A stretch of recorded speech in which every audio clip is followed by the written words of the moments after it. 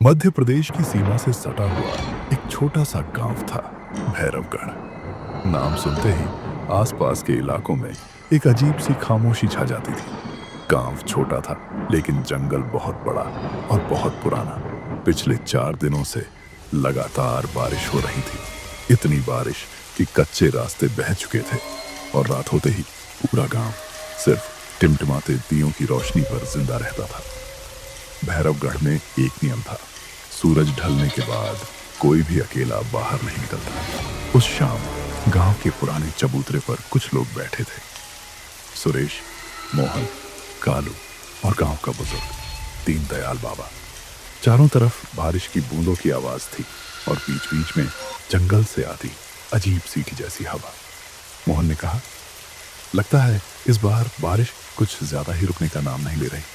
दीनदयाल बाबा चुप बैठे थे, उनकी आंखें जंगल की तरफ टिकी थी।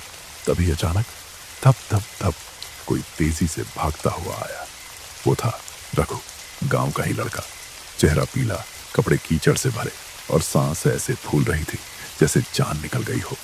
कुआं, उसने बस इतना कहा और घुटनों के बल गिर पड़ा। सुरेश घबरा गया। कौन सा कुआं है? रघु की आंखें डर से फैली हुई थी। पुराना वाला, जंगल के पास, वहां कोई है। एक पल को सब चुप हो गए।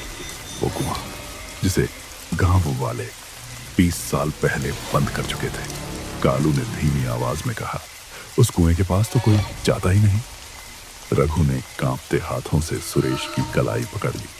मैंने उसे देखा है, वो पानी के अंदर नहीं था, वो कुएं के किनारे खड़ा था। बारिश अचानक तेज हो गई, बिजली चमकी और उसी रोशनी में दीनदयाल बाबा ने धीरे से कहा, जिसे तुमने देखा वो आदमी नहीं था। सबने उनकी तरफ देखा। बाबा की आवाज भारी थी। उस कुएं में जो रहता है वो बारिश में जागता है।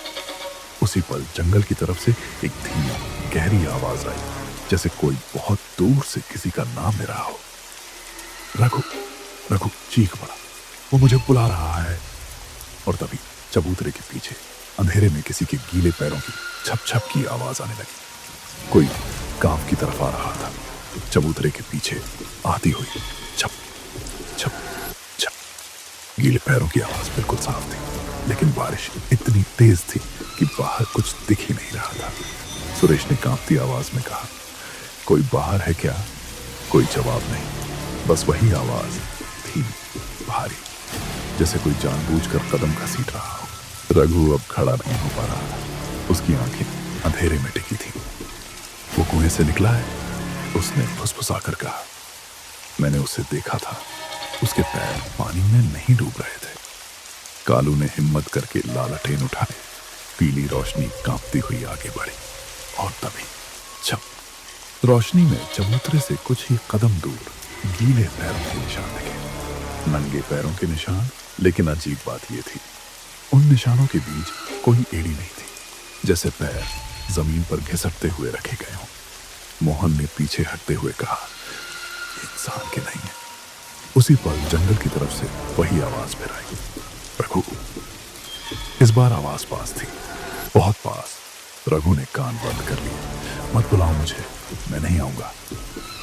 दीनदयाल बाबा अचानक खड़े हो गए। उनकी आंखों में डर नहीं, बल्कि गहरी चिंता थी। तुमसे देखा है हो, बाबा ने कहा, अब वो तुम्हें छोड़ नहीं सकता। सुरेश चौंक गया। बाबा, आखिर वो है क्या? बाबा ने गहरी सांस ली। 20 साल पहले इसी कुएं में एक आदमी मरा था, नाम था भोला राम। बिजली चमकी। उस रात भी ऐसी ही बारिश थी, बाबा बोले। लोग कहते हैं उसकी लाश कुएं से निकली ही नहीं, और उसकी आवाज आज भी बारिश में लोगों को बुलाती है। अचानक लालटेन की लौ तेजी से कांपने लगी और फिर लालटेन बुझ गई। पूरा चबूतरा अंधेरे में डूब गया। उसी अंधेरे में किसी ने बहुत पास से सांस ली, गर्म, भारी और बिल्कुल इंसानी नहीं। रघु चीख पड़ा, वो मेरे पीछे खड़ा है। और तभी किसी ठंडे गीले हाथ ने रघु की टखने को कसकर पकड़ लिया। रघु की चीख पूरी रात को चीर गई। मेरे पैर छोड़ो, छोड़ो। सुरेश और मोहन ने मिलकर उसे खींचा, लेकिन जो भी उसे पकड़े था वो बहुत भारी था। ऐसा लग रहा था जैसे कोई नीचे से जमीन में गड़ा हुआ हो। कालू ने कांपते हाथों से माचिस जलाई। चटक, हल्की सी रोशनी जली और उसी रोशनी में सबने देखा रघु का टखना किसी गीले काले हाथ में जकड़ा हुआ था। हाथ की उंगलियां सामान्य रूप से लंबी थीं, नाखून नहीं थे, सिर्फ काली चिकनी सतह। दीनदयाल बाबा ने जोर से कहा, आंख मत मिलाना, जो दिखे उसे मत देखना। कालू ने माचिस नीचे गिरा दी। अंधेरा फिर लौट आया, लेकिन हाथ की पकड़ और कस गई। चल, एक फटी हुई आवाज आई। वापस चल। रघु रोते हुए चिल्लाया, मैं नहीं जाऊंगा, मुझे मत ले जाओ। और तभी एक झटके में वो हाथ गायब हो गया। रघु जमीन पर गिर पड़ा, हाँफता हुआ, पूरा शरीर ठंडा। कुछ सेकंड तक कोई कुछ नहीं बोला। फिर जंगल की तरफ से एक लंबी गहरी आवाज आई, अधूरा छोड़ दिया। सुरेश की रीढ़ में सिहरन दौड़ गई। मोहन ने फुसफुसाकर कहा, वो फिर आएगा। दीनदयाल बाबा ने सिर हिलाया, नहीं, अब वो इंतजार नहीं करेगा। सबने उनकी तरफ देखा। जिसने उसे देख लिया, बाबा बोले, उसे कुएं तक जाना ही पड़ता है, वरना वो खुद आ जाता है। कुएं तक? कालू की आवाज टूट गई। लेकिन बाबा, वो तो जंगल के अंदर है। बाबा की आंखें अंधेरे में चमकी। और आज रात वो रास्ता खुला है। तभी रघु ने धीरे से कहा, वो मुझे अकेले नहीं बुला रहा। सब चौंक गए। जब उसने मेरा पैर पकड़ा था, रघु बोला, तो उसके पीछे मैंने और भी परछाइयां देखी।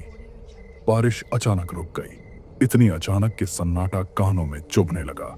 और उसी खामोशी में गांव के आखिरी घर की तरफ से घंटी बजने की आवाज आई, टुन टुन टुन। वो घंटी कुएं के रास्ते पर लगी थी। दीनदयाल बाबा ने आंखें बंद कर ली। उसने बुलावा दे दिया है, उन्होंने कहा। अब जो जाएगा वो अकेला नहीं लौटेगा। और उसी पल जंगल की तरफ जाने वाला रास्ता धुंध से भरने लगा। घंटी की आवाज बंद हो चुकी थी, लेकिन उसकी गूंज अब भी कानों में फंसी हुई थी।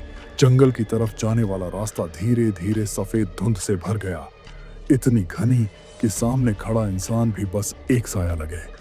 रघु उठने की कोशिश कर रहा था, लेकिन उसके पैर कांप रहे थे। मैंने देखा था, वो बुदबुदाया। कुएं के पास पानी हिल नहीं रहा था, फिर भी कोई उसमें से बाहर आ रहा था। सुरेश ने उसका कंधा पकड़ा। अब चुप रह, जो भी हो हम साथ रहेंगे। दीनदयाल बाबा ने जेब से एक पुरानी माला निकाली। माला के मनके काले पड़ चुके थे। ये रास्ता सीधे कुएं तक नहीं जाता, बाबा बोले। ये वही रास्ता है जो इंसान को पहले यादों में ले जाता है। मोहन ने डरते हुए पूछा, यादों में? बाबा ने सिर हिलाया। जो भी इस धुंध में जाएगा उसे वही दिखेगा जो वो भूल चुका है या भूलना चाहता है। चारों ने एक दूसरे की तरफ देखा और तभी धुंध के अंदर से एक परछाई निकली। परछाई इंसान जैसी थी, लेकिन उसके कदम जमीन पर नहीं पड़ रहे थे।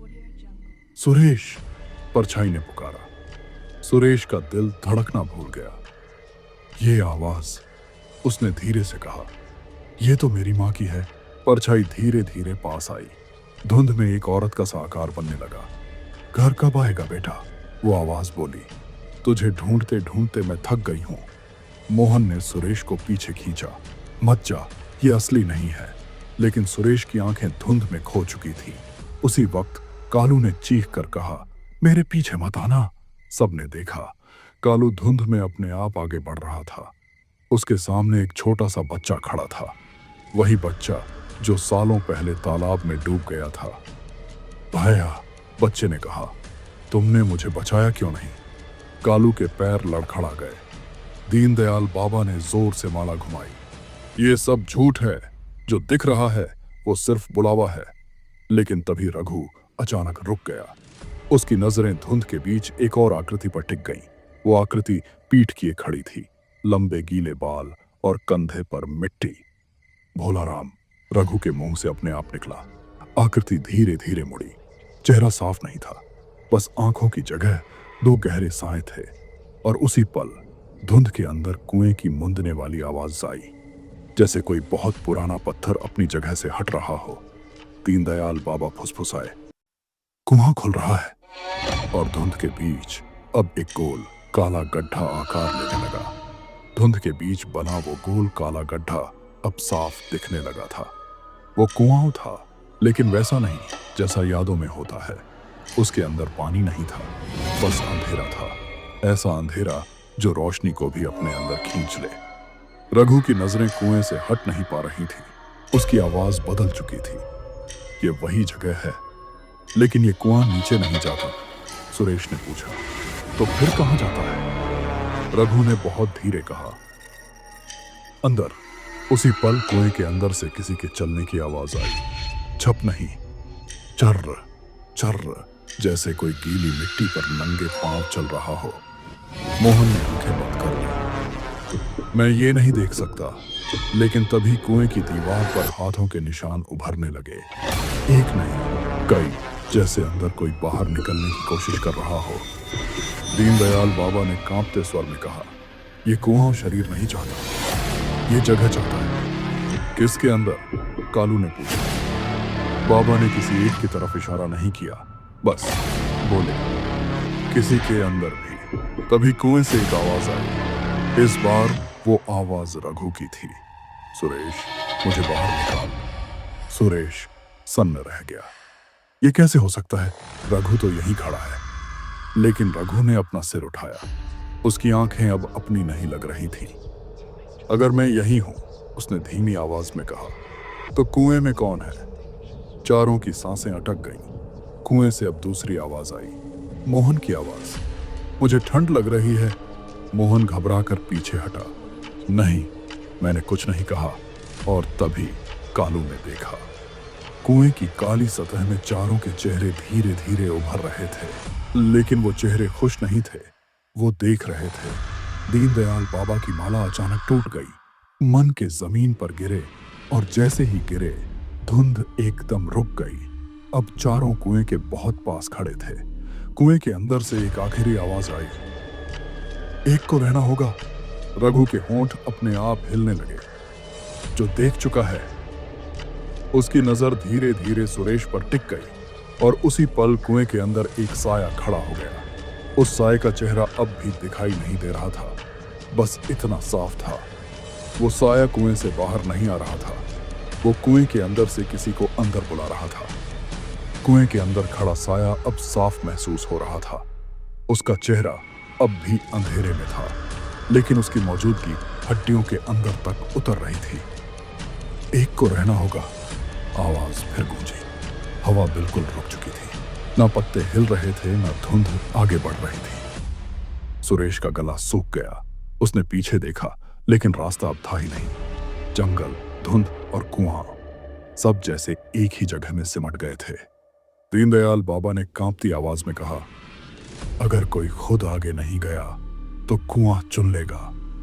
रघु अचानक हंसने लगा, लेकिन वो हंसी उसकी नहीं थी।